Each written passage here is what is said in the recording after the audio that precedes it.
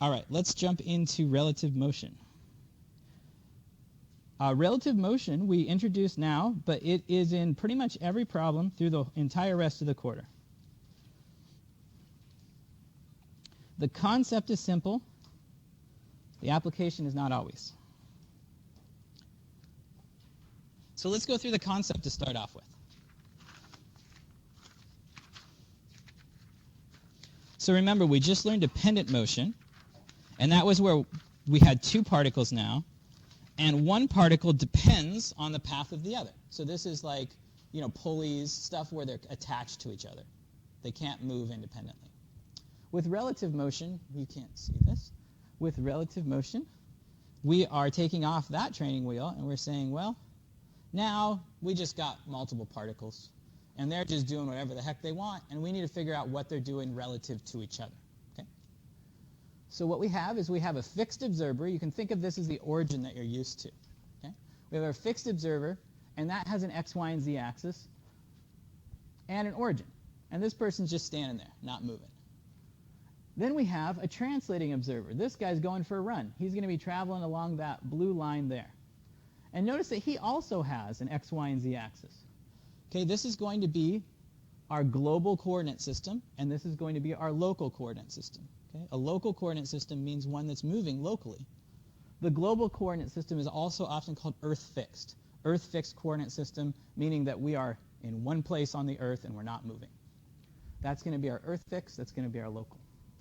Then we have a particle, B, and B is going along this path. And both of the gentlemen are staring at it. And we want to know, what do they see?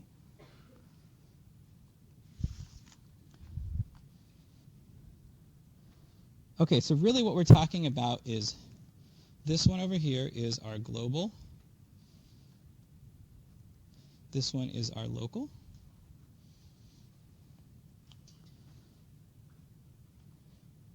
And a good example of this is driving on the freeway. Right? If you're driving on the freeway and you're going 80 miles per hour, 60 miles per hour, and there's a car in front of you going 65, how fast does the car look like it's going? 5, right? It doesn't. What's that?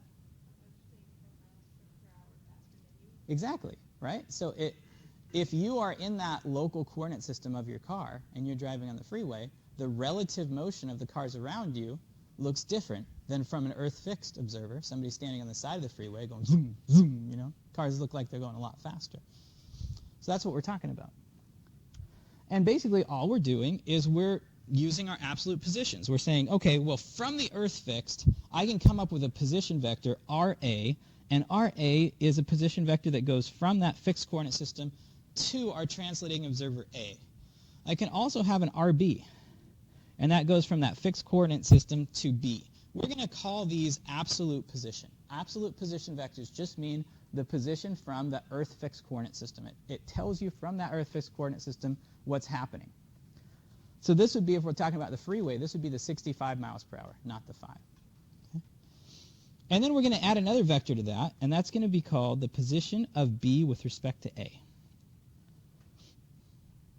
And the position of B with respect to A is going to be what it looks like B's doing to the translating observer. So this is the 5 miles per hour on the freeway, because you're moving at 60, right? Now, let's look at the notation real quick. Whenever you write RB/A, I do not want you to say that in your head, okay? Self-talk is extremely important to learning what's going on. So what I want you to say instead is the position, that's what R means, of B with respect to A, as you write it on your paper. The position of B with respect to A.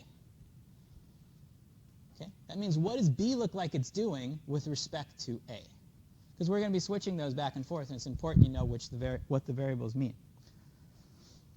Okay, I've set up a basic tip-to-tail relationship here. What is the equation that comes out of it? So the absolute position of A plus the position of B with respect to A is going to be equal to the absolute position of B. Simple tip-to-tail relationship.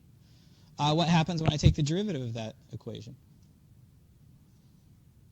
The velocity of A plus the velocity of B with respect to A is going to be equal to the velocity of B. And then I take another derivative, the acceleration of A plus the acceleration of B with respect to A is going to be equal to the acceleration of B.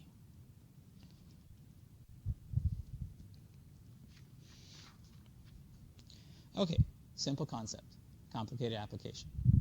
So let's do some example problems. There we go. Okay, so this one states, the man can row the boat in still water with a speed of 5 meters per second. If the river is flowing at 2 meters per second, determine the speed of the boat and the angle theta he must direct the boat so that it travels from A to B. Okay, so notice that there's the river's flowing. The person in the boat wants to go directly from A to B in a straight line. But of course, if he pointed the boat directly towards B, the line would actually do something like that, right? Because the water would take the man down. So the question is, what is theta so that he can go in that straight line?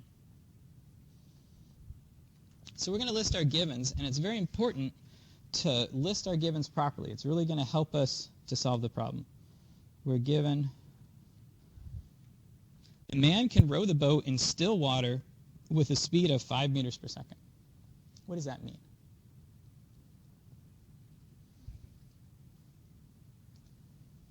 It's like, I don't care. It's not still water, right? Okay, picture this river if it was gigantic. Okay? And let's say the man in the rowboat could not see either side of the river, or the banks, or other boats, or anything else. He's in this massive river in the middle, can't see anything. Would the man know he was in a river? No. So what is that telling us when he says the man can row in still water at a speed of 5 meters per second?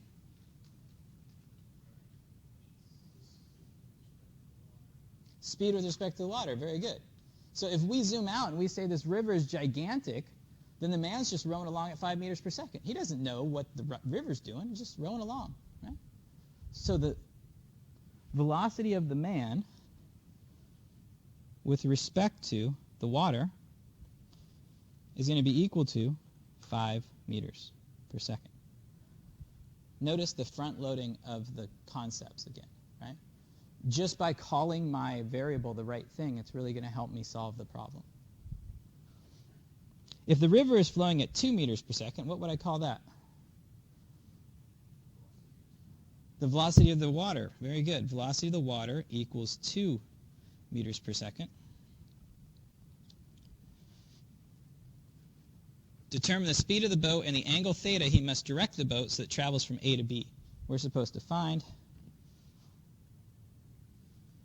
the velocity of the man and theta.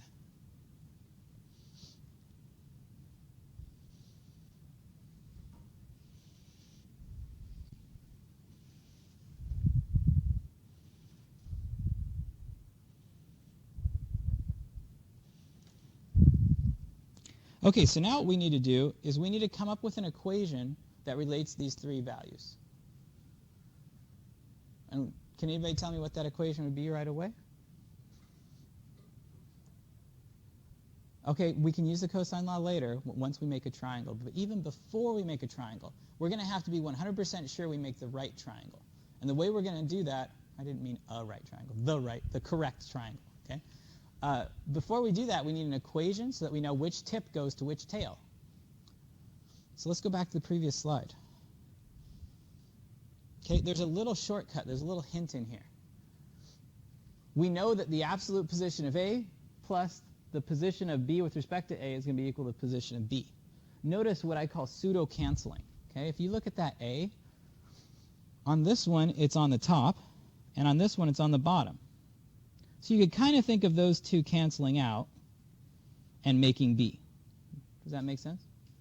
There's not really a canceling happening. That's why I'm calling it pseudo canceling. But that's a good way for you to know that they're set up correctly. So let's do that with this problem. What would be my equation?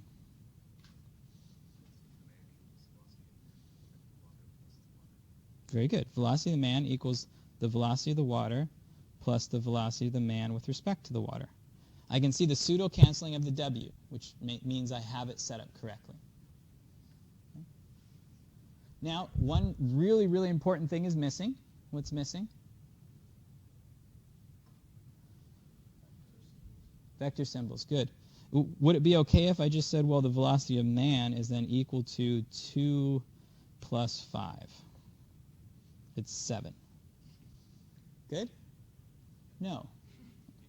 It'd be nice, right? That would be okay if we were doing rectilinear motion, right? When I was talking about the cars, they're all going the same way in the freeway. That works. 5 miles per hour plus 60 equals 65. But this isn't rectilinear motion, so we got to have our vectors. And we got to make sure we define each of these in terms of a vector. Okay, and now what we do is we're going to go ahead and we're going to draw a picture. And that picture has to have all three of these in it. Okay? So the velocity of the man, luckily we know that one, right? Because we want the man to go directly along this line. So we know what direction the velocity of the man, the absolute direction of the velocity of the man is going to be. It's going to look like that. Okay? The other two have to have a tip-to-tail relationship. Do we know which way the velocity of the water is going? To the left. Good. So we know it's going this way, and we know that's going to be 2 meters per second, right? So what does the velocity of the man with respect to the water look like? Well, I made this look like a right triangle. I did not mean to, so I'm going to do that to make sure it's not suggesting it's a right triangle.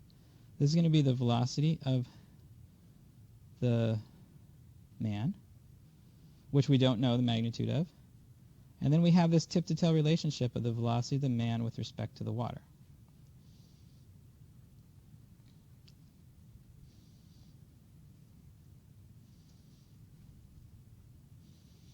Okay? It's really important to draw the right triangle. And once that triangle is drawn, then you can start putting the information that you know in it. We know the velocity of the man with respect to the water is what?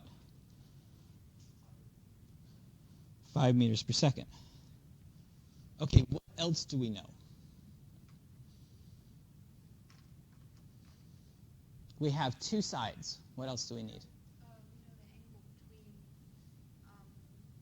the bottom and the end. Very good. How do we know that?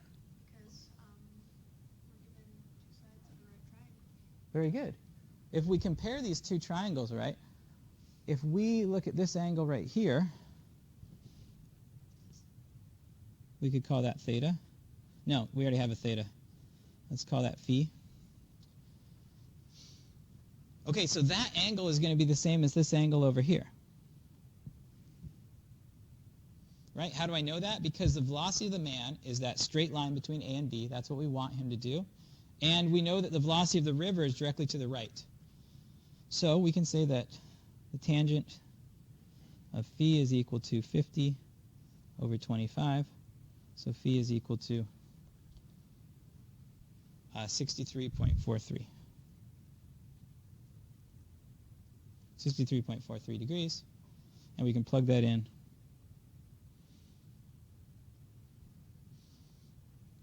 Okay, now we go to sine law or cosine law. We have to get that picture drawn correctly first.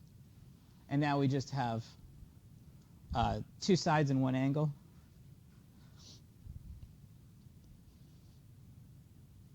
So, yeah, we could do sine law, cosine law.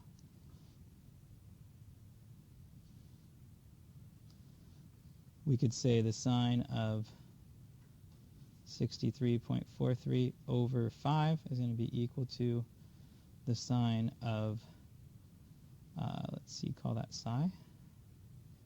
Sine of psi over 2. Solve for psi.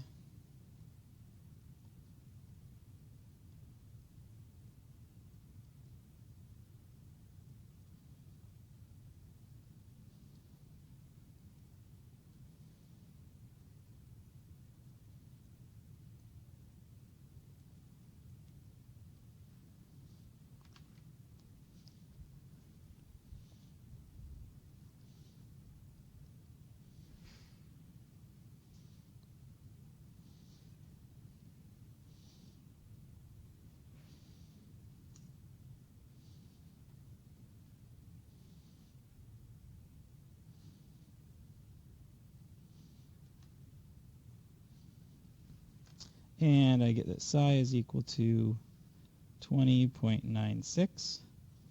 And then how can I find this next angle, which we'll call little m, is opposite of Vm. 180 minus the 2, very good. So we'd say 180, this little angle m is equal to 180 minus 63.43 minus 20.96.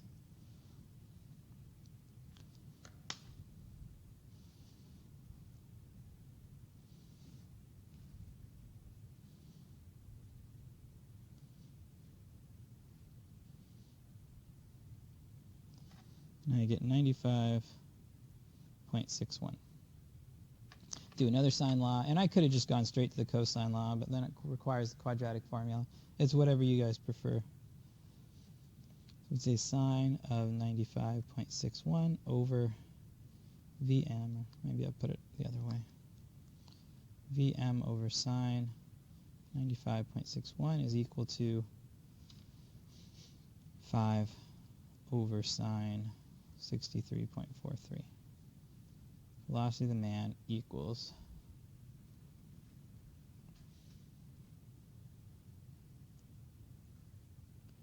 5.56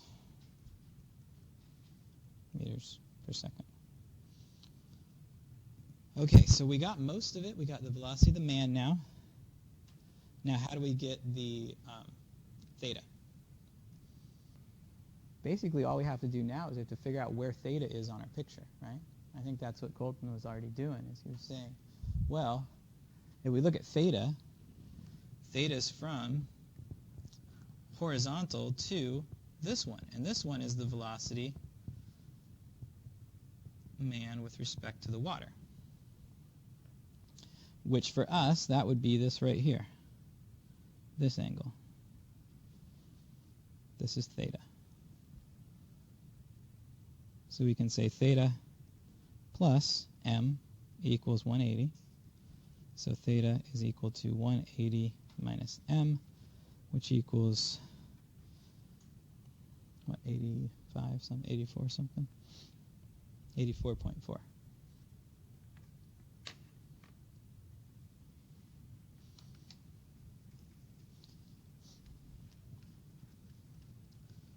Okay, so what's the important things here? Well, the first important thing is to remember the pseudo canceling so that you can write out the equation as it should be written with the correct terms adding to each other. And then you have to draw the correct triangle. Make sure that you're paying attention to tip to tail. And then you're going to be using cosine law, sine law, those things that you're used to. Yes?